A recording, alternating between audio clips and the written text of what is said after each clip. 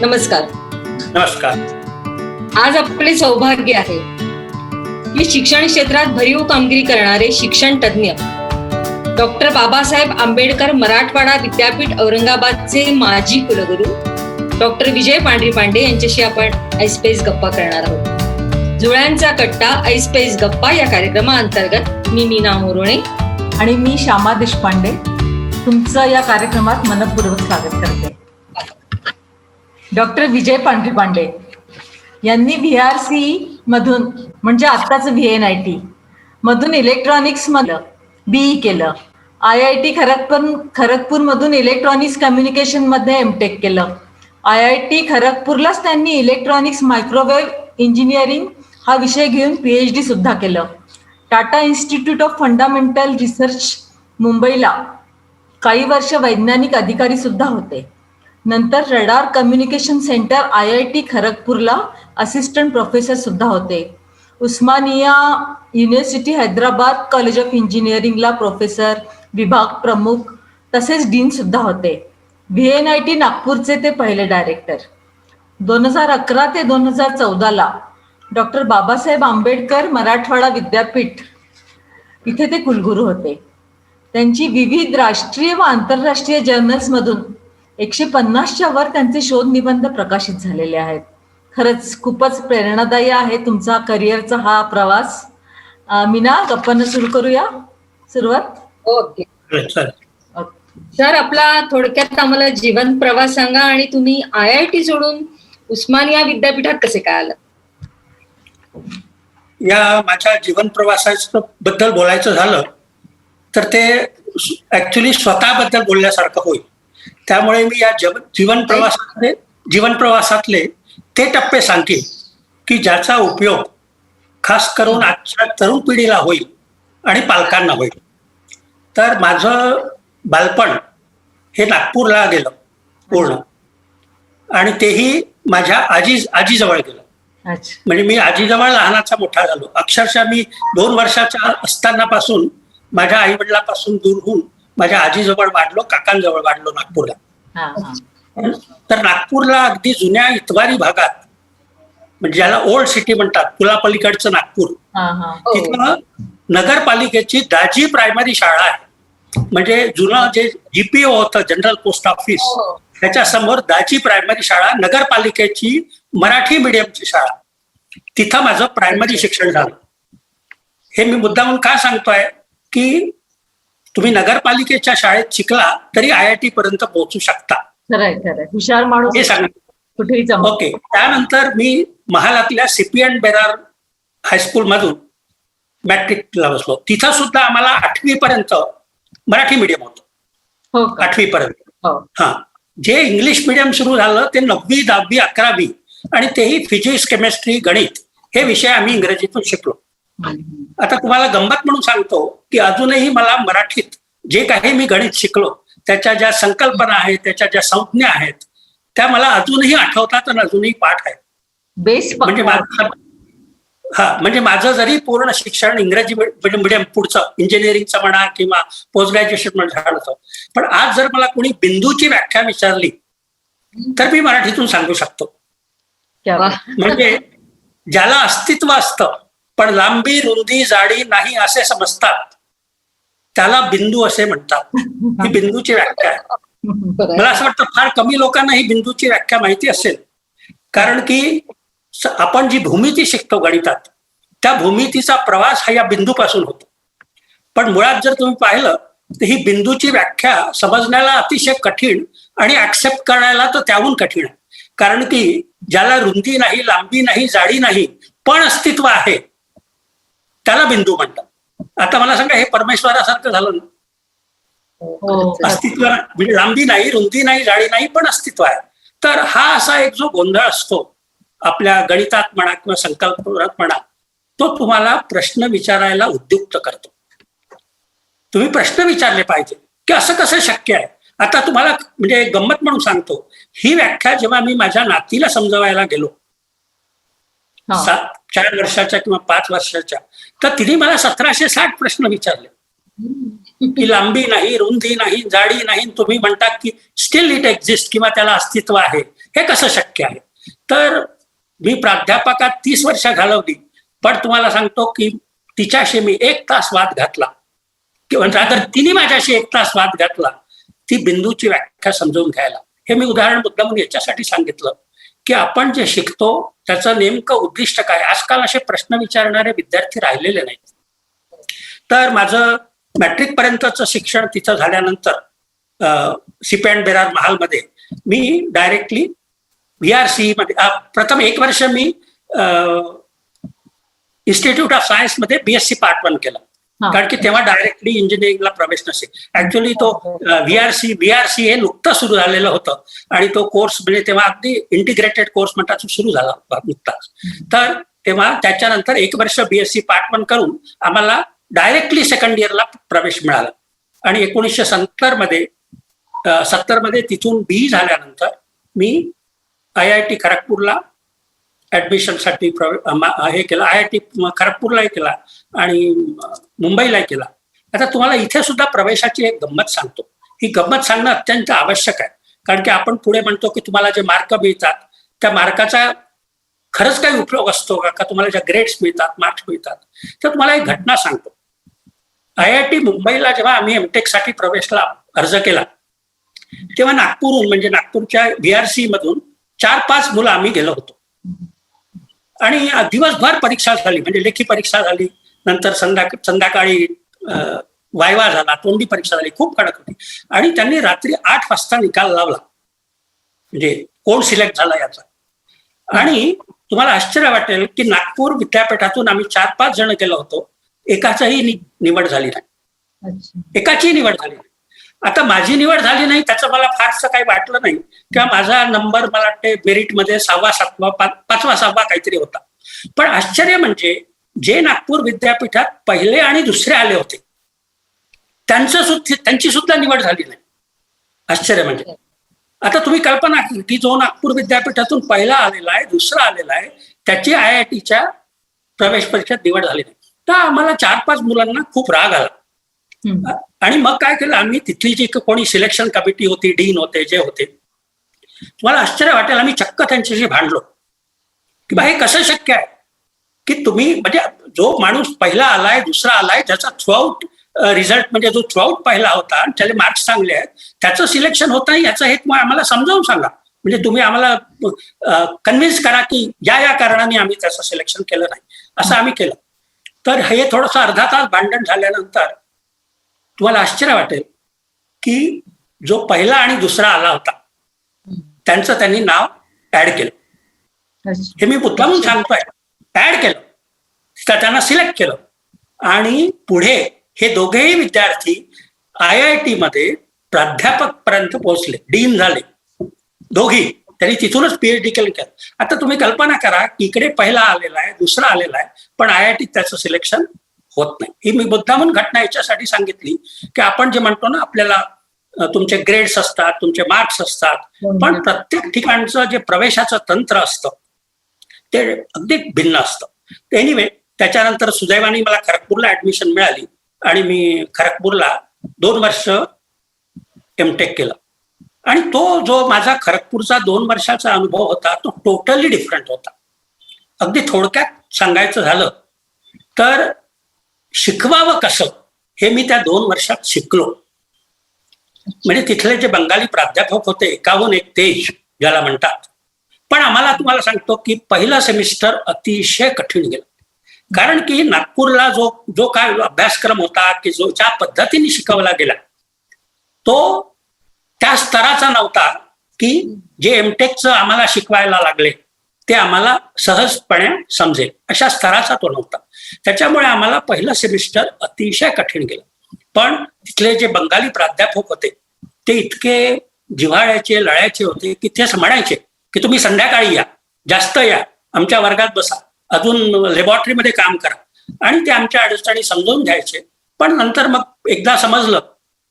तुम्हाला एक गोष्ट अजून गमतीची सांगतो, म्हणजे माझा अनुभव की IITत प्रवेश मिळणं कठीण आहे, पण IITत नापास होणं सुद्धा कठीण आहे. IIT नापास होणं अतिशय कठीण आहे. तुम्ही नापास होऊ शकत नाही, तुम्हाला सांगतो. अगदीच बिलकुल तुम्ही म्हणजे गैरभीती असाल आणि तुम्ही बिलकुलच काही लिहिलं नाही वगैरे तरच तुम्ही नापास व्हाल. एरवी तुम्हाला जे IITचं खास तंत्र आहे ते एकदा तुमचं म्हणजे मला असं वाटतं तुमच्यापैकी अनेक जर कोणी चेतन भगतची 5 समथिंग ही कादंबरी वाचली असेल तर त्याच्यात IIT दिल्लीचं वर्णन आहे. त्याच्याहून तो कळतो की बाप लोक कसे ग्रेडसाठी हे करतात. अर्थात त्याच्यातल्या काही गोष्टी खऱ्याही आहेत, नाही असं म्हणणार नाही मी, पण एकूणच जो IITचा प्रकार असतात ना तो तुमचा सर्वांगीण विकास करणारा असतो.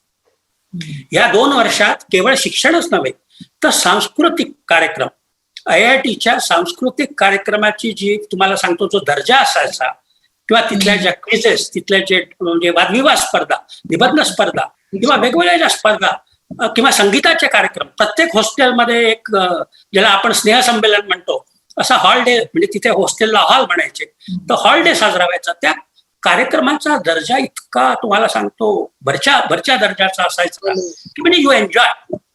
आणि मुलं सुद्धा त्याच्यात जे कार्यक्रम प्रेझेंट करतात ना त्यांचा सुद्धा दर्जा, म्हणजे मुलाची उद्या 8 वाजता परीक्षा आहे, कळलं का, उद्या 8 वाजता त्याची परीक्षा आहे, पण तो आज रात्री गिटार वाजवत असतो, आज रात्री एखाद्या नाटकात भाग घेत असतो, आज रात्री एखाद्या ग्रुप सॉन्ग मध्ये भाग घेत असतो. त्यांना परीक्षेचं मुळी टेन्शन नसतं, कारण की दररोजच तिथले शिक्षक इतकं पिळून घेतात, इतकं तुमच्याकडून करून घेतात की मग तुम्हाला त्याचं टेन्शन वाटत नाही. तर तो 2 वर्षाचा अनुभव वैचारिक दृष्ट्या, अभ्यासाच्या दृष्टीने, विषयाच्या आकलन करण्याच्या दृष्टीने अतिशय श्रीमंत आणि समृद्ध करणारा होता.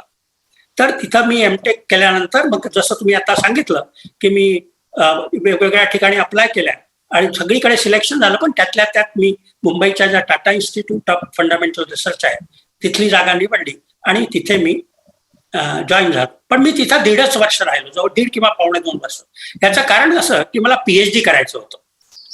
पण मी जेव्हा खरगपूर सोडलं तेव्हा तिथे लेक्चररची पोस्ट नव्हती अवेलेबल, कारण की मला म्हणजे घरची परिस्थिती लक्षात घेता मला नोकरी करून PhD करायचं होतं, तेव्हा तिथे लेक्चररची पोस्ट नव्हती. तर माझे बंगाली प्राध्यापक म्हणाले, गाईड जे होते मार्गदर्शक, की बा तू जा तिथे सध्या मुंबईला जॉईन कर आणि जशी ऍडव्हर्टाइजमेंट जाहिरात येईल तशी मी तुला सांगतो आणि तू अप्लाय कर, तुझं सिलेक्शन. तुम्हाला आश्चर्य वाटेल, मला प्राध्यापकांनी ती जाहिरात पाठवली आणि सांगितलं की आता अर्ज कर. आणि तसा मी ती अर्ज केल्यानंतर ऑफकोर्स सिलेक्शन होणारच होतं, त्याचा काही प्रॉब्लेम नाही. आणि तिथं मी लेक्चरर म्हणून जॉईन झालो 1974 साली. आणि लेक्चरर म्हणून झाल्यानंतर शिकवता शिकवता PhD केली आहे मी. म्हणजे वेगळी PhD केली नाही, शिकवता 74 साली मी शिकवलं आणि मी PhD 4 वर्षातच केली. म्हणजे एरवी जनरली 3.5 वर्ष वगैरे लागतात, पण शिकवून सुद्धा 4 वर्षात माझी PhD झाली. तो सुद्धा संशोधनाचा अनुभव चांगला होता, शिकवण्याचा अनुभव चांगला होता. अजून एक तुम्हाला गंमत सांगतो की नोकरी लागल्या म्हणजे लेक्चरर म्हणून लागल्यानंतर मला जे विद्यार्थ्यांना शिकवावं लागलं ते माझ्यापेक्षा वयाने मोठे होते. कारण की आम्हाला सुरुवातीला एमटेकचे क्लासेस द्यायचे. तिथे IIT मध्ये अशी पद्धत आहे की जो नव्याने लेक्चरर लागला ना त्याला अंडर ग्रॅज्युएटला शिकवू देत नाहीत, कारण की अंडर ग्रॅज्युएटला शिकवणं कठीण असतं. अंडर ग्रॅज्युएटला शिकवणं IIT अतिशय कठीण असतं, त्यामुळे ते पोस्ट ग्रॅज्युएटला पहिले तुम्हाला पाठवतात, कारण की पोस्ट ग्रॅज्युएटचे विद्यार्थी जरा मॅच्युअर्ड असतात, ते तुम्हाला ऍडजस्ट करून घेतात. पण अंडर ग्रॅज्युएटच्या तिथे तुम्हाला सांगतो IITच्या अंडर ग्रॅज्युएट क्लासला एका क्लाससाठी तुम्हाला 7 ते 8 तास तयारी केल्याशिवाय तुम्ही क्लासमध्ये एंटर होऊ शकत नाही, कारण की कुठून कसा काय प्रश्न येईल याची शाश्वती नसते. अतिशय हुशार विद्यार्थी. तर तिथे तेव्हा ना आर्मी, नेव्ही यांच्यासाठी एक विशिष्ट कोर्स होता, म्हणजे मिनिस्ट्री ऑफ डिफेन्सचे जे ऑफिसर्स असतात की ज्यांनी ऑलरेडी इंजिनिअरिंग केलं असतं पण ते 7-8 वर्ष त्यांचं शिक्षण सुटलं असतं, पण त्यांना पुढे एमटेक आहे त्यांच्यासाठी एक नवा कोर्स सुरू झाला होता. त्या विद्यार्थ्यांना आम्हाला शिकवावं लागेल. त्यामुळे माझे पहिले विद्यार्थी हे मेजर, लेफ्टनंट किंवा ब्रिगेडियर असे होते, म्हणजे माझ्यापेक्षा वयाने मोठे. तो एक असा मस्त अनुभव असायचा, कारण की वर्गात आम्ही शिकवायचं आणि वर्ग संपला की चहा प्यायला जायचो एकत्र मित्र म्हणून, असं होतं. आणि मग कौटुंबिक संबंध असायचे. तो असा एक फार छान अनुभव होता. आणि जवळपास मी 9 वर्ष तिथे राहिलो. एक अतिशय. अजून मला एक गोष्ट तुम्हाला सांगायची की आपण ना भाषेविषयी, राज्याविषयी किंवा अमुक म्हणतो याला इकडे वाव नसतो, त्याला तिथे वाव नसतो. ते हे जे बंगाली लोक असतात ना, त्यांनी कधीही हा महाराष्ट्रीयन आहे, हा तेलुगू आहे, हा अमुक आहे असा दुजाभाव कधीही केलेला नाही. हे मला आवर्जून तुम्हाला सांगावंसं वाटतं. कधी केला नाही. उलट तुम्हाला आश्चर्य वाटले, माझ्या मार्गदर्शक जे होते त्यांच्या हाताखाली 2 बंगाली विद्यार्थी पीएचडी करू शकले नाहीत वादावादीमुळे. 2 बंगाली विद्यार्थ्यांना त्यांनी पीएचडी दिली नाही, म्हणजे ते अर्धवट सोडून गेले. पण त्यांचं महाराष्ट्रीयन मुलांवर आणि तेलुगू म्हणजे जे खास करून तेव्हा आंध्र प्रदेश जे विद्यार्थी येतात त्यांच्यावर त्यांचं खूप प्रेम होतं. कारण की काय असतं माहिती का, एक विद्यार्थी जर चांगला असेल ना तर मग तुम्ही तिथले दुसरा घेता, मग तिसरा घेता. तर असं करून त्यांनी जवळपास मराठी म्हणजे महाराष्ट्रीयन आणि तेलुगू अशा विषयाने तो अतिशय समृद्ध करणारा अनुभव होता IIT. उस्मानिया विद्यापीठाकडे कशी आली उस्मानिया विद्यापीठ मग? हा प्रश्न मला अनेक जण विचारतात की IIT सारखी संस्था सोडून तुम्ही उस्मानियात का आलावा. कारण की उस्मानिया म्हणजे ही जी राज्य सरकारची युनिव्हर्सिटी आहे, म्हणजे ज्याला आपण स्टेट युनिव्हर्सिटी म्हणतो, ती सेंट्रल युनिव्हर्सिटी सुद्धा नाहीये. तर त्याचं असं झालं की मी 9 वर्ष इथे काम केलं जवळपास. मला आता IIT काय आहे, ती म्हणजे तिथं शिकवणं काय आहे हे सगळं समजून घ्या. म्हणजे अध्ययन, अध्यापन आणि संशोधन या तिन्ही याचा जवळपास 9 वर्षात फार समृद्ध अनुभव आला. आणि मी जसं तुम्हाला सांगितलं की हे बंगाली प्राध्यापक अतिशय जिव्हाळ्याचे होते. तुम्हाला सांगतो म्हणजे मी माझे शब्द नाहीत, त्यांनी माझ्यावर मुलासारखं प्रेम केलं. खास करून मी 2 नावांचा उल्लेख मुद्दामून मला इथं करावासा वाटतो कृतज्ञता म्हणून. प्रोफेसर सन्याल, की जे आमच्या गुरुचे गुरु होते. म्हणजे मी त्यांच्या हाताखाली पीएचडी केलं, त्यांनी त्यांच्या हाताखाली पीएचडी केलं. म्हणजे ज्याला आपण आजोबा म्हणतो, ग्रँड गुरु म्हणतात, महागुरु म्हणतात. तर ते अतिशय कडक गृहस्थ. आणि जर मी तुम्हाला सांगतो जगातल्या 5 उत्तम शिक्षकांची जर तुम्हाला निवड करायची झाली तर तुम्हाला प्रोफेसर सन्यालचं नाव घ्यावं लागेल.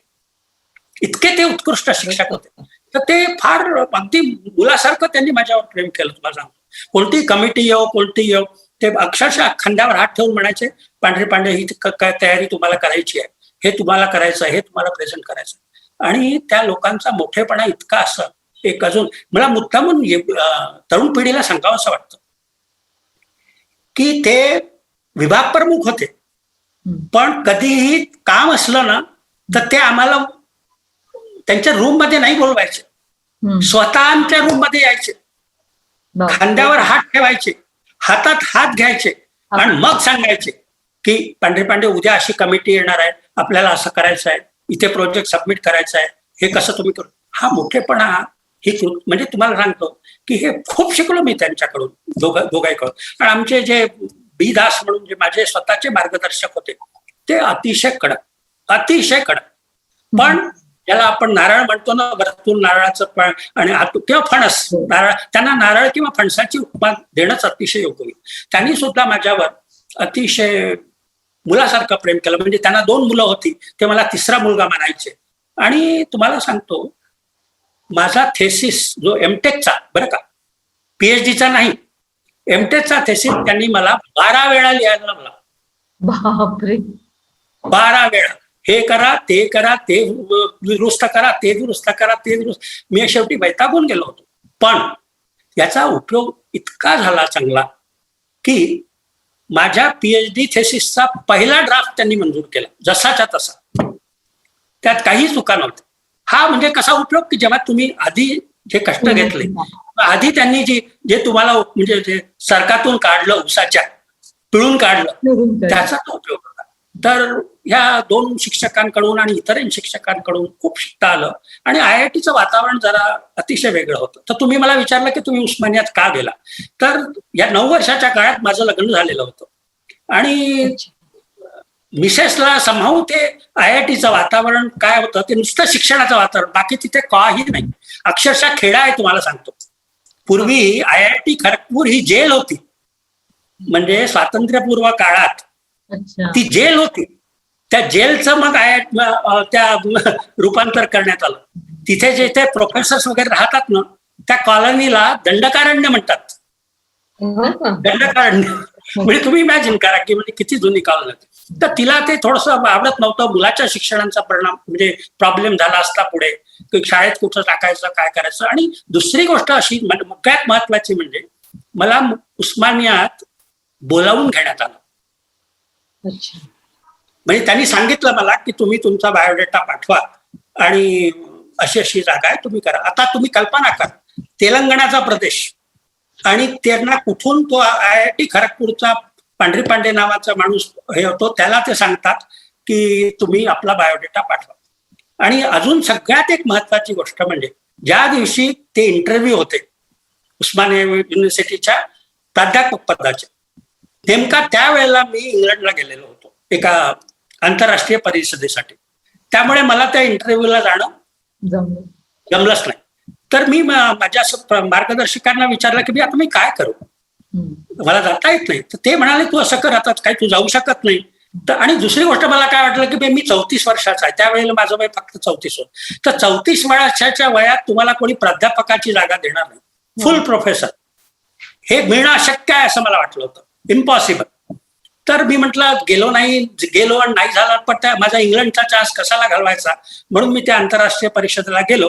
पण त्याने माझ्या शिक्षकांनी सांगितलं की तू असं कर, एक टेलिग्राम पाठवून दे की बा मी आंतरराष्ट्रीय परिषदेकरता परदेशात जातो आहे, जर शक्य असेल तर गैरहजेरीत माझा विचार करण्यात यावा, म्हणजे please consider me in absentia, please consider me in absentia असा एक टेलिग्राम म्हणे पाठवून देतो. मी पाठवला आणि त्याच्यानंतर 2-3 महिने मी त्याच्याविषयी काही लक्षच दिलं नाही, कारण की माझेच 2 कलीग खरगपूरचे हे इंटरव्ह्यूला गेले होते, म्हणजे त्यांनाही बोलावणं आलं, ते गेले होते. तर मला ऑब्व्हियसली वाटलं की त्या दोघांपैकी कोणाची तरी निवड होईल, कारण की ते गेलेले आहेत, मी गेलेलो नाही आहे इंटरव्ह्यूला. आणि तुम्हाला सांगतो काय देवाची कृपा म्हणा की चमत्कार म्हणा की 2 महिन्यानंतर माझ्या नावे तिथल्या नियुक्तीचा ऑर्डर आला.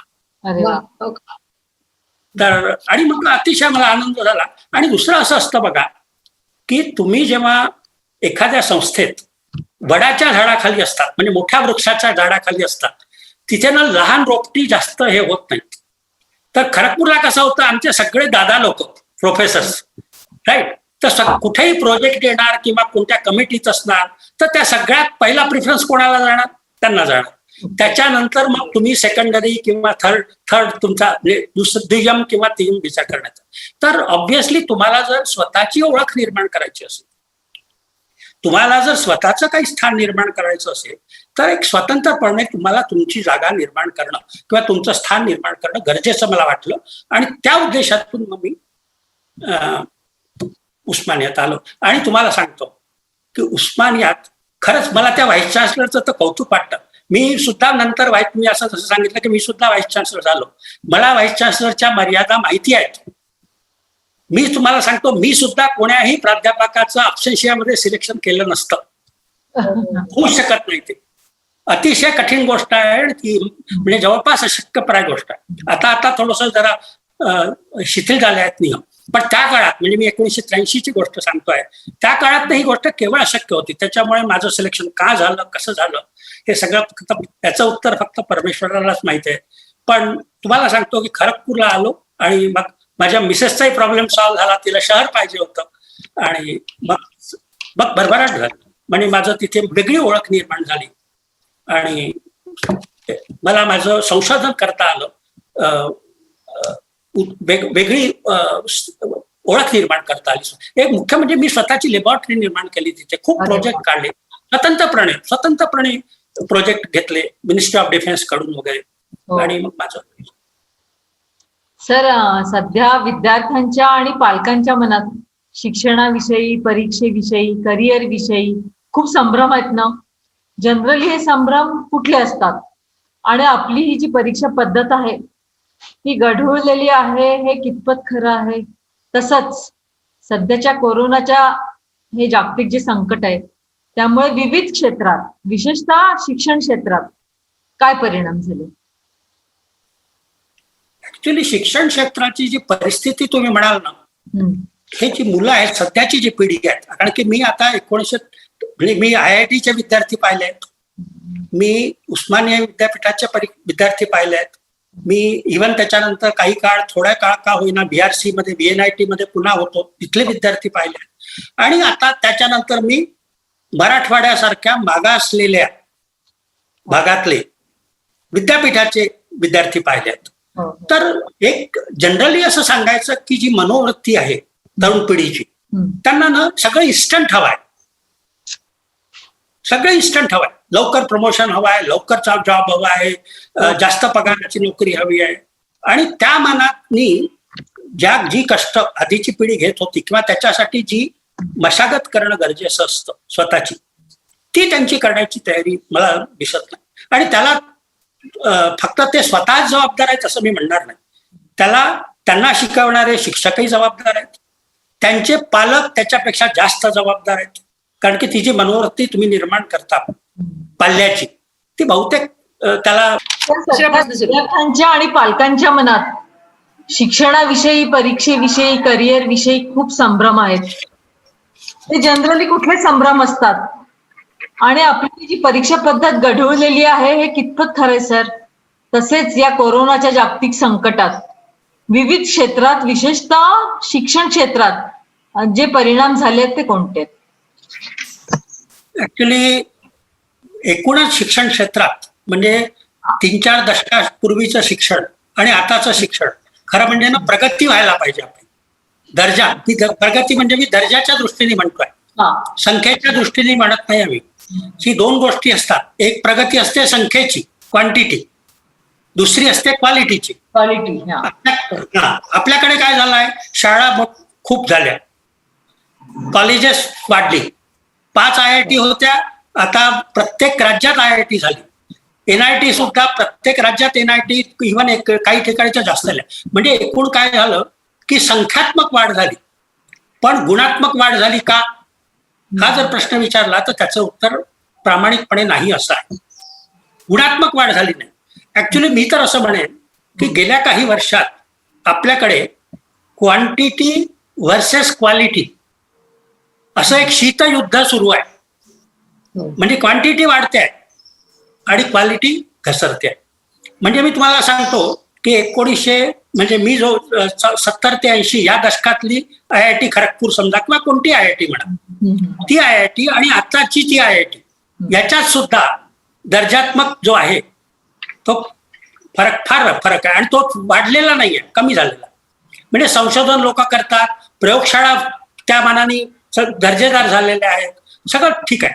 पण शिक्षणाचा दर्जा वाढला का? कारण की तुम्हाला कल्पना असेल, जेव्हा जागतिक स्तरावर नामांकन जाहीर होतात, मानांकन ज्याला म्हणतात, अक्रेडिटेशन नंबर जाहीर होतात, तेव्हा पहिल्या 100 तर सोडा, पण 200च्या यादीत सुद्धा आपल्याकडची IIT किंवा अशा संस्था नसतात. या उलट सिंगापूर केवढंसं आहे बघा. हो, सिंगापूर ते एवढी, त्या सिंगापूर मधल्या 2 विद्यापीठ आहेत जिथं एक ते आपल्या एका राज्यापीठ एवढं सुद्धा नाही आहे, पण तिथली 2 विद्यापीठं पहिल्या 10 किंवा पहिल्या 15 मध्ये असतात. तर हा जो आपण विचार करायला पाहिजे, तर याला, आणि एकूणच जर शिक्षणाचा दर्जा म्हणाल तुम्ही, तर एक ती मनोवृत्ती विद्यार्थ्यांची सुद्धा आपल्याकडे बदलली आहे.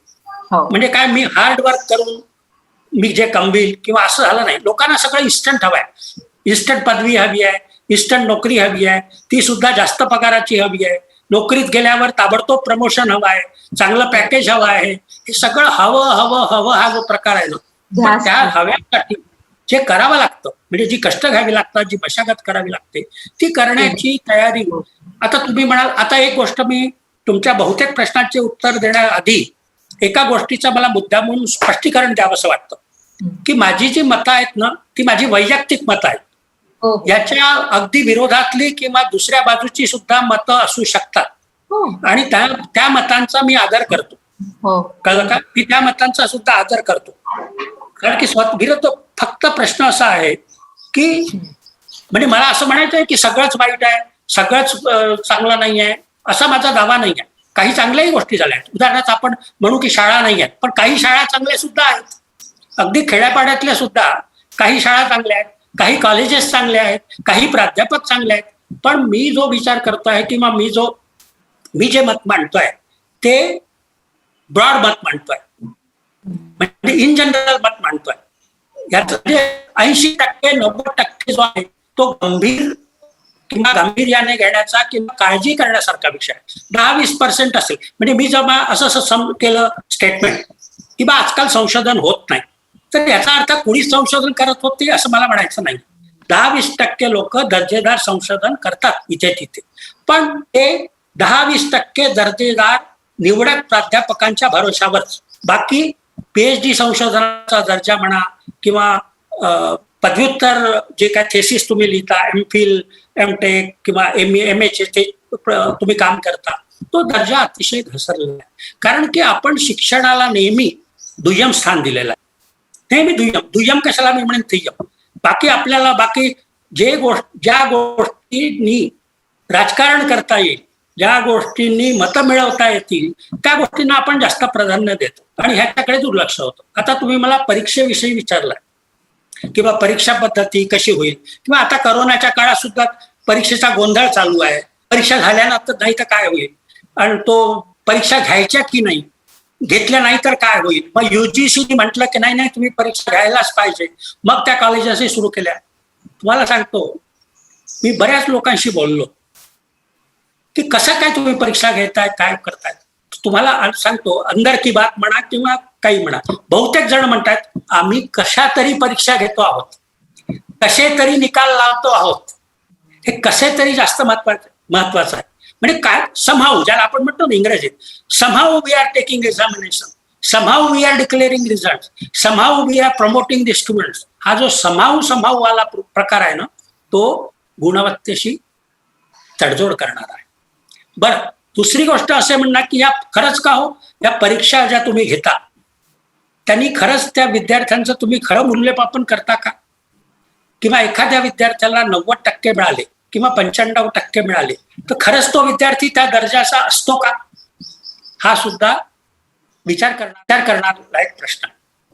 कारण की मी आता गेली अनेक वर्ष अनेक ठिकाणी मुलाखतींसाठी जातो आणि खास करून वैज्ञानिकांची निवड करतो किंवा इंडस्ट्रीमध्ये इंजिनियर्सची निवड करतो.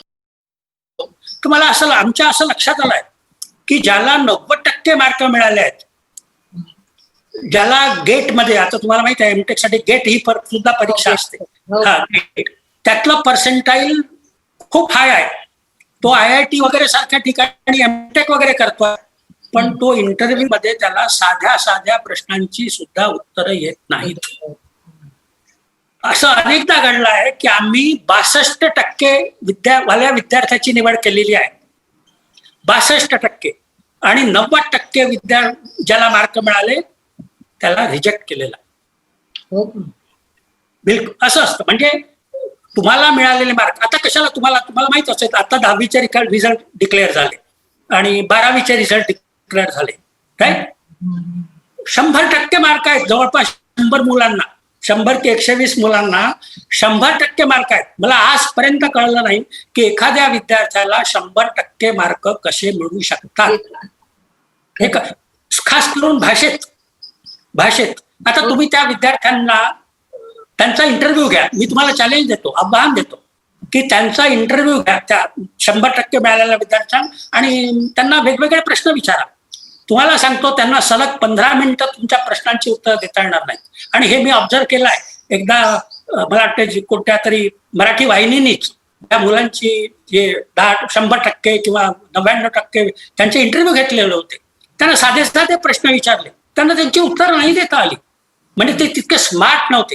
कोणीतरी हा संशोधन केलं पाहिजे की ह्या 99 किंवा 100% विद्यार्थ्यांचं पुढे काय होतं, ग्रॅज्युएशन ते काय करतात, त्याला ग्रॅज्युएशनला किती मार्क मिळतात, त्याला पोस्ट ग्रॅज्युएशनला किती मार्क मिळतात, त्यांच्यापैकी कोणी संशोधक होतो का, कोणी गणितज्ञ होतो का, कोणी उत्तम सर्जन होतो का, किंवा कोणी उत्तम न्यायाधीश होतो का, असं नाहीये. तुम्ही जर आता अनेक लोकांच्या जर मुलाखती वाचल्या तर ते म्हणतात की मला इतके कमी टक्के मार्क होते. इव्हन तुम्ही चेतन भगतचीच मुलाखत जर वाचली, तो चेतन भगत मुलाखतीत किंवा याच्यात भाषणात सरळ सांगतो, मला 72% मार्क होते मॅट्रिकला आणि आमच्या घरी शोकसभा झाली होती, असं तो सांगतो. किंवा अरे हा मुलगा 72% मिळाले, इसकी क्या औकात है, त्याचं वाक्य आहे चेतन भगतचं. म्हणजे नातेवाईक जमले आणि त्यांनी सांगितलं इसकी क्या औकात है, इसको 72% मिळाले, म्हणजे त्याचं काय होणार पुढे, आता आपण हा अवकात, आता मला त्या अवकातला मराठी शब्द किंवा योग्यता म्हणू आपण सध्या ह्याच्यात, पण काही एक लक्षात घ्या की भाषेची सुद्धा एक लज्जत असते. एका भाषेच्या शब्दाला दुसरा करेक्ट शब्द सापडणं तेवढं कठीण असतं. तर तो अवकात जे आहे किंवा योग्यता म्हणा, तर ती तुम्ही मार्कांनी नाही ठरवू शकत. आज तो चेतन भगत, मी तुम्हाला सांगतो, तो एका बँकेत होता, त्यांनी पुढे MBA केलं आणि ते Indian institute of management Ahmedabad मधून. पण तोच विद्यार्थी तोच काय करतोय आता, 10 वर्ष एका हाँगकाँग बँकेत वगैरे झाल्यानंतर इंजिनियर माणूस काय करतोय, कादंबऱ्या लिहितोय, चित्रपटांच्या कथा लिहितोय. तुम्ही कल्पना करा, इंजिनियर झालेला, MBA झालेला माणूस, ज्यांनी 10 वर्ष 12 वर्ष कळलं का काम केलं, चांगल्या मोठमोठ्या कंपनीत मॅनेजर म्हणून किंवा हे म्हणून, तो आता चित्रपटाच्या कथा लिहितोय. तेव्हा तुम्ही हाही विचार करायला पाहिजे की आपण शिक्षण कशासाठी घेतो, काय तुमचा शिक्षणाचं एक काय तुम्हाला सांगतो, पर्पज असलं पाहिजे लाईफमध्ये ना. एका पर्पजनी तुम्ही शिक्षण घेतलं पाहिजे. शिक्षण हा शरीर, मन आणि आत्मा यातील सुप्त गुणांचा आविष्कार असतो आपल्याला, की आपण हा आविष्कार शाळेतून म्हणा किंवा कॉलेजमधून म्हणतात करतो का आपण फक्त गणिताची प्रमेय शिकवतो, सायन्स शिकवतो, इवन भाषा शिकवतो, पण ती भाषा नेमकी त्याला येते का. आपण आता इंग्रजी मीडियम आणि मराठी मीडियम आपण असा नेहमी वाद चालू असतो की नाही सगळे मिळतील म्हणून मराठी बोला, पण तुम्हाला इंग्रजी तर बोलणं अलग सोडा, तुम्हाला तुमची मराठी सुद्धा शुद्ध बोलता येते का, नाही बोलत आपण.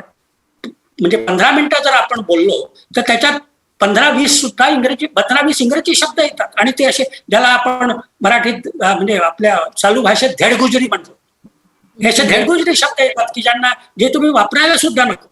तर भाषेची म्हणा किंवा विज्ञानाची म्हणा मूलभूत आतून आवड निर्माण झाली पाहिजे विद्यार्थ्यांना, तर ते होईल. आणि परीक्षेचं पुन्हा परीक्षेकडे, तर मी तुम्हाला सांगतो, विद्यापीठाचा परीक्षा विभाग याचं जर तुम्ही बजेट पाहिलं तर ते करोडो रुपयाचं असतं, करोडो रुपयाचं. आणि हे विद्यापीठ वर्षभर फक्त परीक्षा घेत असतं, सप्लिमेंटरी, मेन, अमुक तमुक याची, BA ची, नंतर BMSc ची, अमुक नुसत्या परीक्षा. विद्यापीठाला विचारा तुम्ही काय करता, आम्ही परीक्षा घेतो. पण तुम्ही ज्याला ती मार्कलिस्ट देता, ती मार्कलिस्ट त्याच्या गुणाचं, त्याच्या स्किलचं, त्याच्या गुणवत्तेचं प्रतीक असतं का, तर त्याचं उत्तर नाही असं आहे.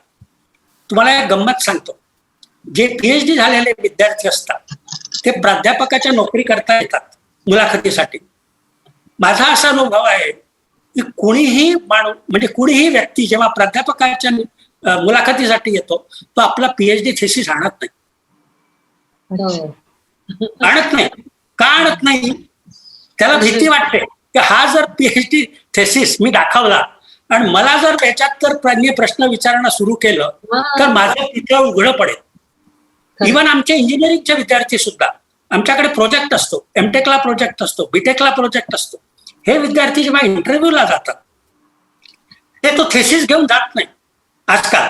पण आमच्यासारखे, मी तुम्हाला सांगतो, मी जेव्हा इंटरव्ह्यूला गेलो किंवा कुठेही, तर पहिलं काम म्हणजे मी माझा थेसिस दाखवत असे, मग बाकीचं सगळं सर्टिफिकेट वगैरे तुमचे कोणी पाहत नाही. पहिलं काम आम्ही आमचा MTechचा म्हणा किंवा PhDचा म्हणा थेसिस दाखवतो. आता कुणी विद्यार्थी दाखवत नाही. कारण काय, त्याला भीती वाटते की याच्या जर प्रश्न विचारले म्हणजे पितळ उघड पडेल. म्हणजे काय की तुमचा प्रत्येक बाबतीत दर्जा, म्हणजे कॅज्युअल अप्रोच, ज्याला आपण कॅज्युअल अप्रोच म्हणतो तसा झालेला. तर तुम्ही जसं सायन्समध्ये प्रयोगशाळा असतात, लॅबॉरेटरी असते, जवळपास 40% विद्यार्थी, 40% वेळ साधारणतः इंजिनिअरिंगच्या मुलाचा हा प्रयोगशाळेत जातो. म्हणजे तुम्ही जर टाइम टेबल पाहिला ना, तो 40, पण तो खरंच का 40% तो शिकतो काहीतरी, काहीही शिकत नाही. ठराविक एक्सपेरिमेंट असतात, ठराविक प्रयोग असतात, ते करायचे, ग्राफ काढायचा, ते सबमिट करायचं, आणि ते जर्नल सुद्धा कॉपी करतात हे आपल्याला माहित आहे. त्याच्यावर सुद्धा अनेक आमच्या विद्यार्थी दशेत अनेक विनोद असायचे जर्नलची कॉपी करण्यावर. म्हणजे पिढ्यानपिढ्या ही कॉपी चालते. तुम्हाला सांगतो, 20 वर्षापूर्वीचं जर्नल तेच ते कॉपी केलं जातं. हे सगळं माहीत असूनही आपण हे सहन करतो आणि असं चाललंय. तर हा सगळा प्रकार आहे, हे कुठेतरी बदलायला पाहिजे असं मला वाटतं. तर तुम्ही विचारलं की परीक्षेचं, तर ते काही अर्थ नाही. परीक्षेची पद्धत बदलायला पाहिजे, मूल्यमापन पद्धत बदलायला पाहिजे. उदाहरणार्थ आता क्रेडिट बेस्ड टेस्टिंग सिस्टीम सुरू झाली आहे बघा. क्रेडिट असतात, म्हणजे प्रत्येक विषयाचे क्रेडिट असतात हो. आणि तुम्हाला ते ठराविक क्रेडिट. पण झालं काय आहे, आपण पाश्चात्य पद्धत घेतली पण ती अर्धवट घेतली, त्या क्रेडिटचं महत्व जाणून घेतलं नाही. ग्रेडिंग सुद्धा असतं आजकाल, तुम्हाला माहित आहे की इव्हन शाळेच्या मुलांना सुद्धा मार्क देत हो, नाही, हो. ग्रेडिंग देतात. पण काय करतात, मूळ पेपर हा मार्कच असतात. मग आपण म्हणतो की 60 ते 70% असेल तर बी मिळेल, 70 ते 80 असेल तर बी प्लस मिळेल, 80 ते 90 असेल तर ए मिळेल, 90च्या वर असतील तर ए प्लस मिळेल, असं वगैरे काहीतरी असतं. खरं म्हणजे हे अत्यंत चुकीचं आहे, अत्यंत चुकीचं आहे. याला ग्रेडिंग सिस्टीम म्हणत नाहीत. खरं ग्रेडिंग सिस्टीम असते ती रिलेटिव्ह ग्रेडिंग सिस्टीम असते. रिलेटिव्ह म्हणजे कसं, की समजा एखाद्या विद्यार्थी शिक्षकाने पेपर तपासले आणि जास्तीत जास्त मार्क 100 पैकी 60च आहेत समजा, अशी कल्पना करा की पूर्ण वर्गात 100 पैकी फक्त 60च मार्क मिळाले आहेत मॅक्सिमम, आणि बाकीच्यांना त्याच्या खाली आहेत. मग याचा अर्थ सगळ्यांना तुम्ही बी देणार का, असं होत नाही. IIT वगैरे मध्ये असं करत नाही. ते काय करतात, हा 60 जो आहे ना, हा सगळ्यात हुशार विद्यार्थी गणला गेला, मग त्याला ए ग्रेड, मग जो 50 असतील त्याला बी, मग असं करून ते करतात. त्याला रिलेटिव्ह ग्रेडिंग असं म्हणतात.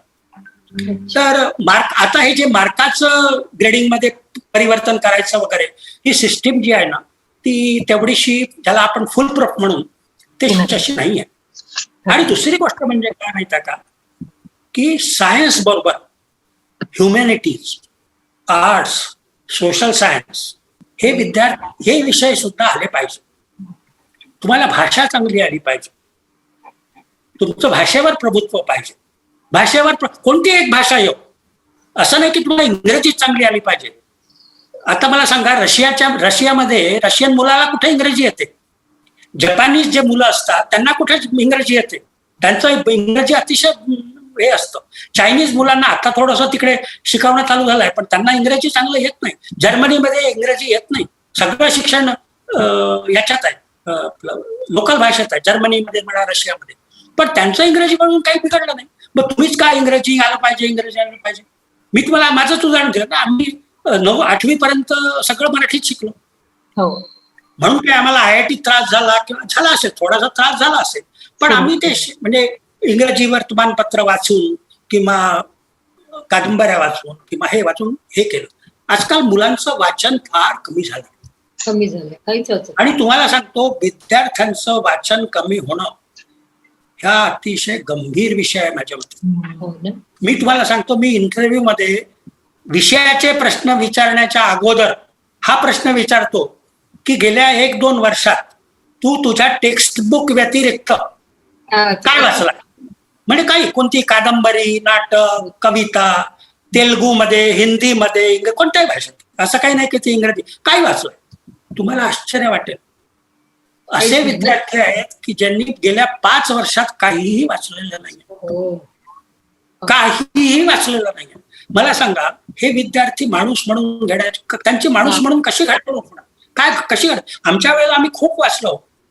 माणूस घडतो ना, तो पदवीने घडत नाही, तो 90% किंवा 80% किंवा ए ग्रेडनी घडत नाही. तो काय वाचतो, तो कोणत्या समाजात राहतो, तो समाजासाठी काय करतो, तो समाजापासून काय घेतो, काय शिकतो, असा तो माणूस घडत असतो. आपले पूर्व राष्ट्रपती डॉक्टर APJ अब्दुल कलाम आणि तुमचे फार जवळचे संबंध होते, याबद्दल काही सांगा ना थोडंसं. आता असं झालं की मी जेव्हा खरगपूरला होतो IIT ला, तेव्हा मी सांगितलंच तुम्हाला की आमच्याकडे डिफेन्सचे लोक यायचे वगैरे, आणि नॉट ओनली त्याचे म्हणजे एमटेकचा कोर्स होता, पण आम्हाला प्रोजेक्ट सुद्धा मिळायचे. म्हणजे आम्हाला आर्मी कडून म्हणा किंवा एअरफोर्स कडून म्हणा, असे वेगवेगळे प्रोजेक्ट मिळायचे. तर हे प्रोजेक्ट कुठून मिळतात की ह्या लॅबॉरेटरीज आहेत ना, हैदराबादला लॅबॉरेटरीज आहेत, बंगलोरला लॅबॉरेटरीज आहेत, त्याला DRDO म्हणतात, डिफेन्स रिसर्च डेव्हलपमेंट ऑर्गनायझेशन.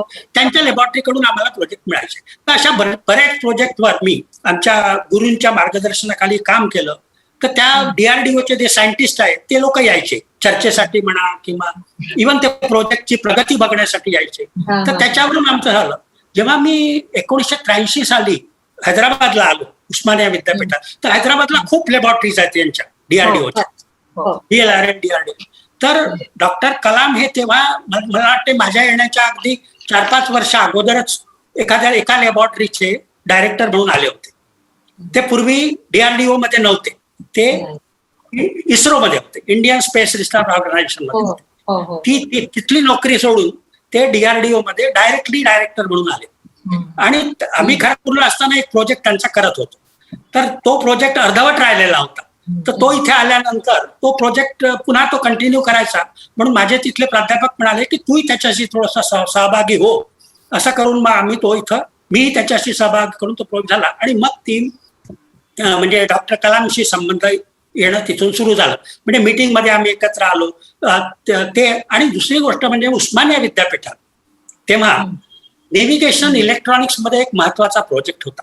खरं म्हणजे माझी उस्मानिया युनिव्हर्सिटीमध्ये जी नेमणूक झाली ती त्या मुद्दामून त्या प्रोजेक्टसाठी होती. त्या प्रोजेक्टसाठी त्यांना एक तज्ज्ञ हवा होता, म्हणजे शिकवण्यासाठी प्राध्यापक हवाच होता. पण तो जो एक 100 जवळपास 1 कोटीचा तो प्रकल्प होता. तर त्या प्रोजेक्टमध्ये एका विशिष्ट विषयावर काम करण्यासाठी, म्हणजे हे जे एअरफोर्स असतं एअरपोर्टमध्ये, तर ते त्यांचं लँडिंग कसं करतात त्याची जी दिशा दिग्दर्शक ज्याला नेव्हिगेशन म्हणतो आपण, त्या नेव्हिगेशन संबंधित तो प्रोजेक्ट होता. तर त्या प्रोजेक्टच्या जे मंडळ असतं म्हणजे कमिटी असते, त्या कमिटीमध्ये डॉक्टर कलाम होते, ज्याला ऍडवायझरी कमिटी म्हणतो आम्ही.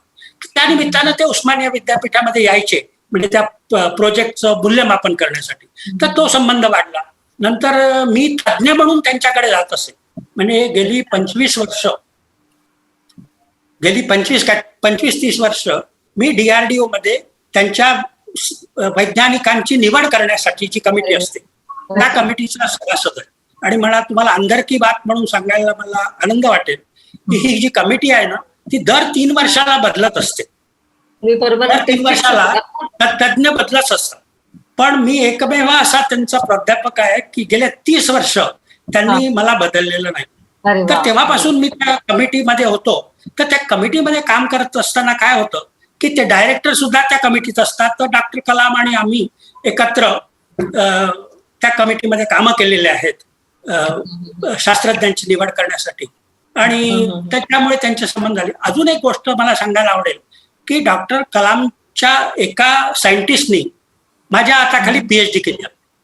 म्हणजे त्यांच्या प्रयोगशाळेतील एका वैज्ञानिकांनी माझ्या हाताखाली PhD केली. त्यामुळे ते काय करायचे सारखे. आणि तुम्हाला सांगतो डॉक्टर कलाम माणूस म्हणून खूप छान ना, ते माणूस म्हणून आणि मॅनेजर म्हणून, म्हणजे लोकांकडून काम करून घेणे, कळलं का? लोकांकडून काम करून ही कला जर त्यांच्यात होती तर ते मला सारखे त्यांनी जेव्हा PhD साठी माझ्याकडे रजिस्ट्रेशन केलं सारखे 3-4 महिन्यांनी मला फोन यायचा, पांढरे त्याची प्रगती कशी काय झाली, त्याचं काय चालू आहे, लवकरात लवकर त्याचं काम व्हायला पाहिजे.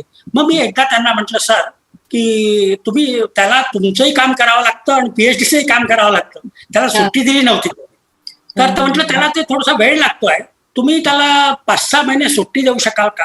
तुम्ही जर 5-6 महिने जर त्याला रजा दिली तर त्याचं काम लवकर होईल. तर त्यांनी तुम्हाला सांगतो की अगदी दुसऱ्या दिवशी त्याची रजा मंजूर केली.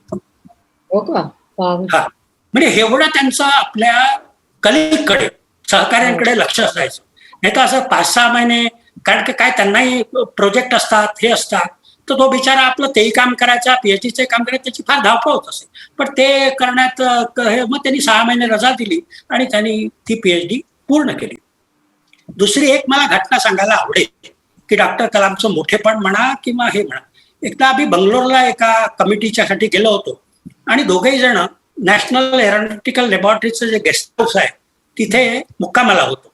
तर रात्री जेवण झाल्यानंतर ते म्हणाले पांढरे चल आपण थोडेसे वॉकला जाऊ, रात्री आफ्टर डिनर वॉक ज्याला म्हणतो. तर त्या का आम्ही फिरायला निघालो रस्त्यावरून. तर त्या गेस्ट हाऊसच्या शेजारी इस्रोचं, म्हणजे ISRO Indian Space Research Organisation, त्याचं लॅबॉरेटरी होती. आणि त्या लॅबॉरेटरीत एका या काय म्हणतात सॅटेलाइटवर काम चालू होतं. आणि ते सॅटेलाइट 2 दिवसांनी रशियाच्या याच्यावरून केंद्रावरून त्याचं उड्डाण होणार होतं. तर ते काय म्हणाले पांढरे पांढरे, अरे इथंच काम चालू आहे, रात्री 8ची वेळ बरं का, 8-8:30ची वेळ, ते म्हणे काम चालू आहे आणि हे उद्या किंवा परवा मला असं वाटतं ते रशियामध्ये जाणार आहे. तेव्हा काय होतं की आपल्याकडे ती क्षमता नव्हती उड्डाण करण्याची. आता आपण दुसऱ्या देशाचे सुद्धा उड्डाण करतोय, पण तेव्हा आपले जे उपग्रह होते ते दुसऱ्याच्या अंतराळ केंद्रावरून उड्डाण व्हायचे, तसं ते तिकडे जाणार. तर ते म्हणाले चल आपण बघूया हे लोक काय करतात आहे. म्हणून आम्ही रात्री 8:30 वाजता, आणि त्यांच्या सगळ्या ओळखी पाळखी होत्या त्याच्यामुळे त्यांना ते रात्री 8 वाजताही आतमध्ये जाण्याला काहीच होतं. तर आम्ही 8:30 वाजता तिथे गेलो आणि ते तिथं त्या करे हे काय चालू आहे, ते काय चालू आहे, असं ते लोक सगळे बिझी होते, फार बिझी होते.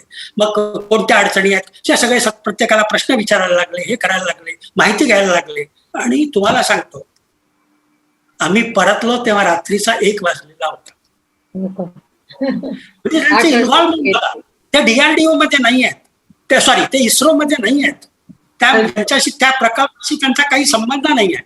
पण हे चालले आहे, ते चालले आहेत, अमुक आहे, त्यांना धीर देणे, त्यांना प्रोत्साहन देणे. तर हा जो अनुभव मला फार हे आहे. आणि त्याच्यानंतर जेव्हा मी कुलगुरू झालो औरंगाबाद, तेव्हा मला वाटलं की बा एका कॉन्व्होकेशनला त्यांना बोलवावं. तेव्हा ते राष्ट्रपती नव्हते, म्हणजे ते माजी राष्ट्रपती होते, म्हणजे ते राष्ट्रपती पद त्यांचं संपलं होतं. पण ते प्रत्येक ठिकाणी आवडायचं, म्हणजे कुठेही कॉन्व्होकेशनला जाणं, विद्यार्थ्यांना संबोधित करणं हा त्यांचा आवडीचा तेव्हा विषय होता. हा, तर ते मी म्हंटल तर मला वाटलं की त्यांना बोलवावं, पण आता बोलवायचं कसं म्हणून मी कुठून तरी त्यांचा फोन नंबर हे केला, त्यांच्या सेक्रेटरीला कॉन्टॅक्ट केला. तुम्हाला आश्चर्य वाटेल, 2 तासात त्यांनी हो म्हटलं, 2 तासात बस नुसता फोन नाही. आणि मग मी मग 3-4 दिवसांनी मग ते म्हणाले माझा जे सचिव आहे, सेक्रेटरी आहे, तो तुम्हाला बाकीच्या सगळ्या ज्या काही सूचना आहेत त्या देतील. आणि मग मी ते सेक्रेटरी वगैरे फोन केला, मग मी त्यांना 3-4 दिवसांनी, मग आता एवढा मोठा म्हणजे माजी राष्ट्रपती, तर त्यांना प्रत्यक्ष फोन निमंत्रण कसं देणार, प्रत्यक्ष निमंत्रण द्यायला दिल्लीला जायलाच पाहिजे ना. तर मी म्हटलं सर मी आणि रजिस्ट्रार वगैरे असे 2-3 जण तुम्हाला प्रत्यक्ष निमंत्रण द्यायला, पत्र द्यायला आम्ही दिल्लीला येतो. तुम्ही म्हणजे त्याची काय गरज आहे, तू फोनवर सांगितलं आहे ना, कशाला तुम्ही खर्च करताय, काय गरज आहे, ठरलं, काही दिल्लीला जायची गरज नाही. तुम्हाला सांगतो माजी राष्ट्रपती आमच्याकडे आले, एवढा मोठा जंगी, म्हणजे तो औरंगाबादला तो आठवतात तो जुने कार्यक्रम, मला एक खर्च आला नाही, आमच्या विद्यापीठाला 1 पैशाचा खर्च आला नाही. सगळे ते आले, आपलं त्यांनी केलं. आणि मग मी त्यांना म्हटलं की सर माझी अशी इच्छा आहे की कार्यक्रमानंतर तुम्ही आमच्या घरी जेवायला या. तर ते तुम्हाला माहित आहे की ते राष्ट्रपती झाल्यानंतर सुद्धा त्यांना Z+ सिक्युरिटी असते. Z+, अतिशय म्हणजे फार भयानक प्रकार असतो. जेवायला आले का मग? तर ते म्हणाले ओके नो प्रॉब्लेम, कारण की त्यांच्या विमानाला वेळ होता बराच. तर ते मग ते माझ्या घरी आले, आमच्या कुलगुरू निवासात आले आणि त्यांनी आमच्याकडे जेवण घेतलं आणि ते गेले. फार म्हणजे अतिशय फार छान संबंध, अतिशय मोठ्या लोक. तर मगाशी तुम्ही म्हणाले की शिक्षणाचा दर्जा घसरला आहे.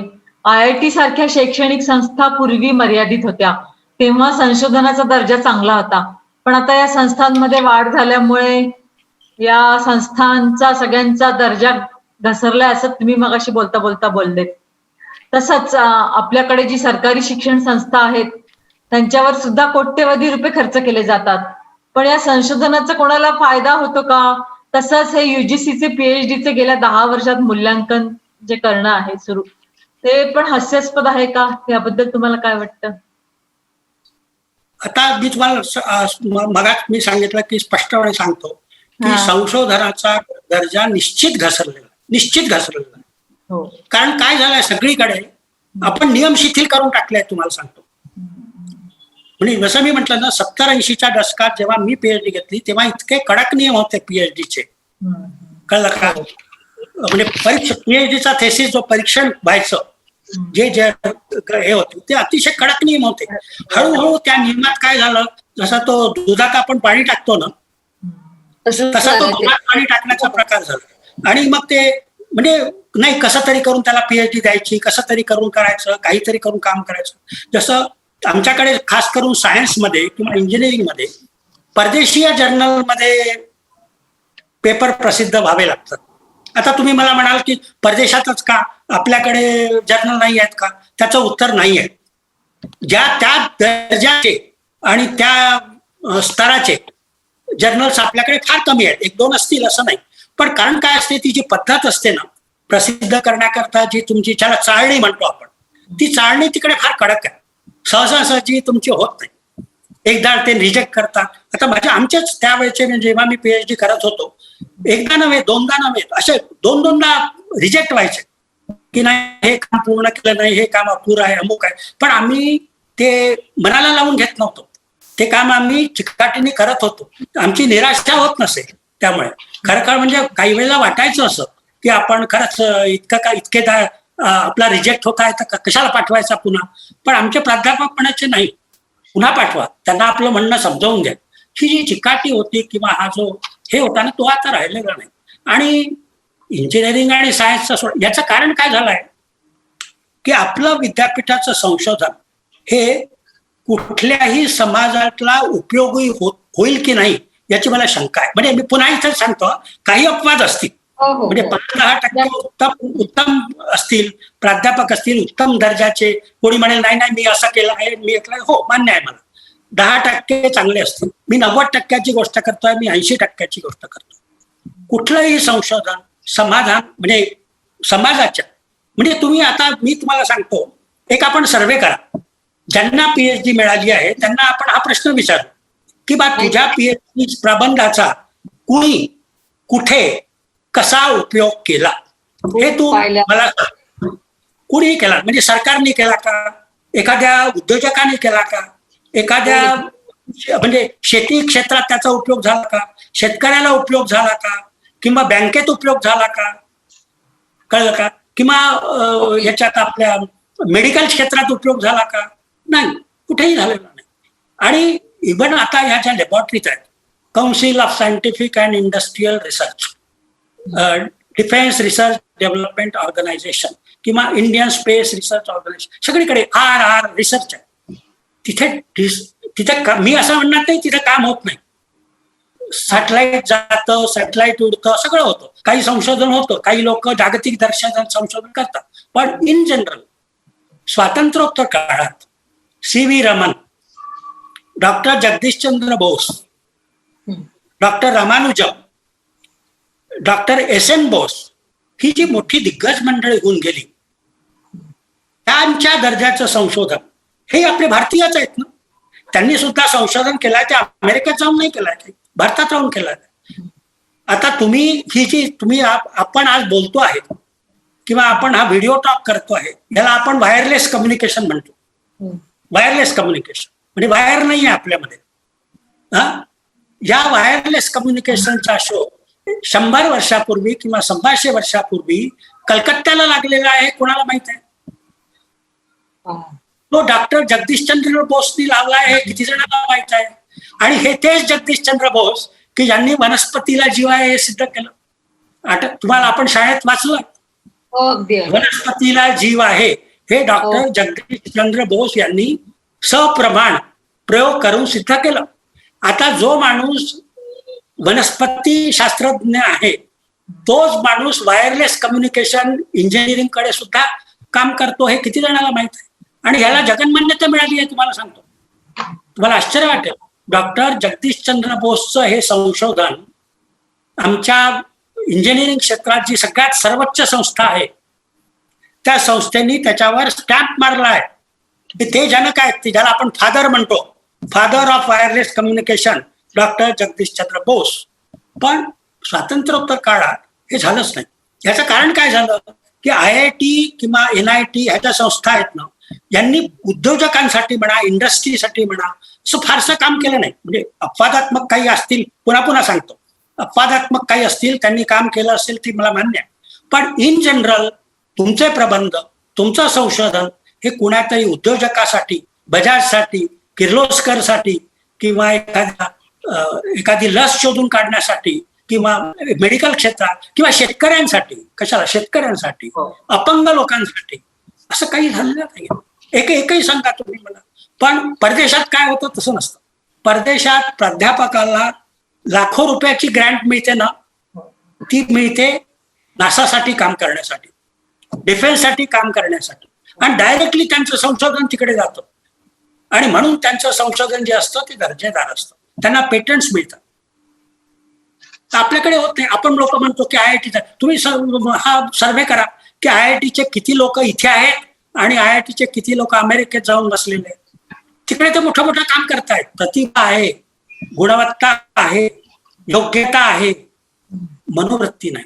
आणि दुसरी गोष्ट म्हणजे प्रत्येक ठिकाणी राजकारण. सत्ताधाऱ्यांनी, राजकारण्यांनी या सगळ्या विद्यापीठात म्हणा किंवा या संस्थात म्हणा मुख्य पदांवर जी नेमणुका होतात, स्वायत्तता नाही आहे, नावाला आहे. तुम्ही ऑटोनॉमस आहात. प्रत्येक जण म्हणे परीक्षा घेणे तर विद्यापीठाचं काम आहे, आम्ही त्यांच्या आड येत नाही. कळलं का? असे म्हणतात लोक. आम्ही त्यांच्या परीक्षा विभाग हे कुलगुरूंचं काम आहे, अमुक करणं हे कुलगुरूंचं काम आहे, अमुक करणं हे त्या डायरेक्टरचं काम आहे. त्यांना पूर्ण स्वातंत्र्य आहे. पण खरं स्वातंत्र्य असतं का? तुम्हाला आश्चर्य वाटेल, अनेक विद्यापीठात प्राध्यापकांच्या जागाच भरल्या जात नाहीत. तुम्हाला सांगून आश्चर्य वाटेल, ज्या राज्यात मी राहतो तेलंगणा, त्यात गेले 7-8 महिने 7-8 विद्यापीठात कुलगुरूच नाही आहेत. 7-8 विद्यापीठात कुलगुरू नाही, नेमणुका झालेल्या नाही आहेत. IAS ऑफिसर तो भार सांभाळ IAS ऑफिसर इन्चार्ज असतो. आता मला सांगा, आणि त्याची कुणालाही चिंता नाही आहे. वर्तमानपत्रात चर्चा नाही, कुणीही त्याच्याविषयी कुठे बोललेलं नाही आहे, कोणत्याही चॅनलवर ती बातमी गेलेली नाही आहे. काय कारण? काय सरकारला म्हणजे सरकार तिथं काहीतरी कुठेतरी घोडा अडणार असतात. कारण काय ते आपण त्यांना विचारलं पाहिजे, सरकारला विचारलं पाहिजे ना. मी तर कारण सांगू शकत नाही की तुम्ही का केलं नाही. पण लोक प्रश्न विचारत नाहीत. हे अतिशय गंभीर आहे. तुम्हाला सांगतो, मला एका 4-5 वर्षापूर्वीची गोष्ट आहे. मला IITच्या एका डायरेक्टरनी सांगितलं होतं, माझे चांगले मित्र आहेत ते, जुने IIT बरं का. ते म्हणाले, पांढरी पांडे, जर मी आजपासून माझ्या रिकाम्या जागा भरायचं ठरवलं, म्हणजे IIT मधल्या प्राध्यापकांच्या रिकाम्या जागा भरायचं ठरवलं, तर मला 10 वर्ष लागतील. अरे वा, इतक्या जागा रिकाम्या आहेत. आता मला सांग, अशी जर परिस्थिती असताना जर तुम्ही दर्जाची गोष्ट करा आणि तुम्ही मग प्रायव्हेट कॉलेजला म्हणता हे असं पाहिजे तसं पाहिजे, त्यांच्यावर निर्बंध आणतात, मग ते तुम्हाला विचारणार ना. तुमच्याचकडे प्राध्यापक नाही आहेत आणि तुम्ही आम्हाला म्हणता की तुम्हाला इतके प्राध्यापक पाहिजे, असा रेशो पाहिजे, प्रत्येक 20 विद्यार्थ्यांमागे 1 प्राध्यापक असा रेशो पाहिजे. शाळेत आपण CBSE वाले म्हणतात की असं पाहिजे तसं पाहिजे. पण तुमच्या गव्हर्नमेंट शाळेमध्ये काय परिस्थिती आहे नाही का? तुम्ही कोणत्या तोंडाने त्यांना प्रश्न विचारणार की तुम्ही असं करणार? म्हणजे महाराष्ट्रात तर इंजिनिअरिंग कॉलेजमध्ये प्रिन्सिपालच्या बदल्या होतात. म्हणजे गव्हर्नमेंट कॉलेजचा आज हा प्रिन्सिपाल, उद्या तो प्रिन्सिपाल, तो इथून जातो. म्हणजे कन्सिस्टन्सी राहत नाही. कोणतीही संस्था जी असते ना, ती लीडरवर अवलंबून असते. हा लीडर जर बदलणार असेल, जर तो तुम्हाला माहित आहे की 3 वर्षानंतर हा माणूस जाणार आहे, तर तुम्ही कसं ऐकणार त्याचं? तो काय 3 वर्षाकरता तो जाणारच आहे. असं एक हे तर आपल्या हार्वर्ड म्हणा, स्टॅनफोर्ड म्हणा किंवा MIT म्हणा, ह्या ज्या संस्था आहेत या पूर्ण स्वातंत्र्य आहे. तर तुम्ही VNITचे जे डायरेक्टर म्हणून पहिले डायरेक्टर तिथे झालात, त्या VNIT मध्ये त्या संस्थेतूनच तुम्ही पदवी घेतली. तेव्हा तुम्ही एवढ्या मोठ्या पोस्टवर पहिल्यांदा, म्हणजे पहिली डायरेक्टरी पोस्ट तिथे निघाली होती तिथे, तुम्हाला काय वाटलं त्या पोस्टवर गेल्यावर? ऍक्च्युली माझ्या आयुष्यात ना प्रत्येक गोष्ट, म्हणजे माझ्या आयुष्यातलं प्रत्येक स्टेशन जे आहे ते असं अपघाताने आलेलं आहे. तर त्याच्यामुळे ही VNITची संधी सुद्धा मला अगदी अपघातासारखीच आपण म्हणून आली. किंवा जेव्हा BRCचं VNIT म्हणजे एक स्वायत्त विद्यापीठ झाला, ते स्वायत्त संस्था झाली, तेव्हा त्याचा आणि निश्चितच मला एक अतिशय आनंद झाला की ज्या संस्थेत आपण शिकलो त्या संस्थेसाठी काहीतरी करण्याची संधी मिळणं हा एक फार मोठा एक आनंददायी अनुभव होता. आणि त्याचं मला असं वाटतं की जे मला त्या संस्थेसाठी ज्या काही छोट्याशा काळात करता आलं ते मी प्रामाणिकपणे तिथे प्रयत्न केले. पण तिथे नेमकं काय झालं वगैरे मी तो विषय इथे चर्चा करू इच्छित नाही, की कारण की माझी अशी हे आहे की कडू गोष्टी जनरली आपण बोलत नाही, चांगल्या गोष्टी नेहमी बोलाव्या. त्यामुळे त्या पूर्ण प्रकरणात न जाता मी फक्त एवढं सांगू शकतो की अल्प काळात मला जे काही चांगलं करता आलं ते मी केलं, आणि अजूनही मला त्या संस्थेविषयी तितकाच अभिमान आहे, तितकीच आस्था आहे, आणि याच्यामुळे मला खूप आनंद झाला. ते माझे छान ऍक्च्युली माझं पूर्ण जे हे आहे ना, ते एक माझं इथले तिथले दिवस मंतरलेले एक नावाचं पुस्तक आहे. त्या पुस्तकात मी माझा पूर्ण नागपूरचे दिवस, खडगपूरचे दिवस, हैदराबादचे दिवस असे सगळ्या दिवसांबद्दल मी लिहिलेलं आहे. त्याच्यामुळे मग ज्यांना कोणाला इंटरेस्ट असेल तर ते पुस्तक ते वाचू शकतात पुनरावृत्तीने. सर, तुम्ही आता म्हटलं त्याप्रमाणे तुमचं विविध प्रतिष्ठित मासिकातून, दिवाळी अंकातून आतापर्यंत 325 लेख झाले आहेत, 250 कथा, 100 कविता प्रकाशित झाल्या आहेत, 13 कादंबऱ्या, 12 कथा संग्रह आणि 33 पुस्तकं आणि आत्मकथन अशी प्रकाशित झाली आहेत. हा तुमचा साहित्य क्षेत्रातील हा जो प्रवास आहे तो खरंच खूप उल्लेखनीय आहे. त्याबद्दल थोडक्यात सांगा ना. ऍक्च्युली मला लेखनाची जी आवड होती ती लहानपणापासूनच होती, म्हणजे शाळेपासूनच मी लिहायला लागलो. आणि कारण खूप वाचलं मी, म्हणजे अगदी शाळेत असताना पासून मी तुम्हाला सांगतो, ययाती ही कादंबरी मी एका रात्रीत वाचून काढली. सावरकरांचं जे काळे पाणी किंवा माझी जन्मठेप आहे हे रात्रभर जागून वाचलेलं आहे, आणि ती शाळेत असताना म्हणजे 9वी 10वीत असताना वाचलेलं आहे. तर ती सगळीची चांगली पुस्तकं होती, ती वाचली, आणि अजूनही म्हणजे ते जे वाचनाचं वेळ आहे ना ते अजूनही आहे. ऍक्च्युली तुम्ही सांगतो, विज्ञान म्हणा, तंत्रज्ञान म्हणा, ज्याचं जे उद्दिष्ट असतं ना ते डायरेक्ट समाजाशी असतं, तसंच साहित्याचं सुद्धा समाजाशी असतं. म्हणजे तुम्ही जे घडता किंवा बघता आजूबाजूला त्याचा तुमच्या मनावर माणूस म्हणून काय परिणाम होतो तेच तुम्ही साहित्यातून व्यक्त करता, कथामधून म्हणा, कादंबरी. तर तेच मी करण्याचा प्रयत्न केला. आणि साहित्य काय असतं की तुमच्या आतली जी एक ऊर्जा आहे की जी बाहेर यायला बघते आहे, ती बाहेर व्यक्त होण्याचं साधन सुद्धा साहित्यच असतं. आणि माझं असं झालं की मी जे लिहितो ते माझे अनुभव किंवा इतरांचे, माझ्या अवतीभवतीच्या लोकांचे अनुभव, म्हणजे आता तुम्ही म्हणाल की मी खेड्यातल्या शेतकऱ्यांविषयी लिहू शकणार नाही, कारण की तो मी अनुभवच घेतलेला नाही. तर साधारणतः मध्यमवर्गीय माणूस, विद्यापीठातलं वातावरण, IITतलं वातावरण, त्याच्यामुळे तुम्हाला सांगतो माझी एक पूर्ण कादंबरी आहे ती पूर्ण IIT वर आहे. म्हणजे IITतून एक मुलगा एका मुलीला पत्र लिहितो आहे, त्या याच्यावर पूर्ण एक कादंबरी आहे. आणि मला असं वाटतं की साहित्याच्या ह्याच्यात एकाच व्यक्तीने लिहिलेल्या पत्रांवर आधारलेली ती एकमेव कादंबरी आहे IITच्या पार्श्वभूमीवरची. तर असं मी बरंच केलं आणि ते सुदैवाने प्रसिद्ध होत गेलं, आणि अजूनही मी सारखं लिहित असतो. आता माझा जास्त भर वृत्तपत्रीय लेखनावर आहे. सर, मला काय हा प्रश्न विचारायचा मोह आवरत नाहीये, कारण म्हणजे सगळीकडे ते आहे असं वातावरण की तुमचं, मी आता एक लेखही वाचला की आपल्याला चांगला नागरिक आणि उत्तम माणूस जर घडवायचा असेल तर उत्कृष्ट नेतृत्वाची गरज असते, आणि विद्यापीठाच्या कुलगुरू पदासाठी जी व्यक्ती नेमण्यात येते ती सर्वोत्तम हवी. पण आजकाल त्यात राजकारण येते आहे. म्हणजे हे मी खूपदा, म्हणजे असं आता मी नाव नाही घेत असं की आता हा कुलगुरू ही व्यक्ती निवडून येणार, दुसरीच व्यक्ती, अननोन व्यक्ती निवडून आलेली दिसते. याबद्दल तुमचं मत काय, अगदी थोडक्यात सांगा. आणि मग 2 प्रश्न विचारायचे की मग आपण कार्यक्रम संपवू आपला, कारण वेळेची कमी आहे.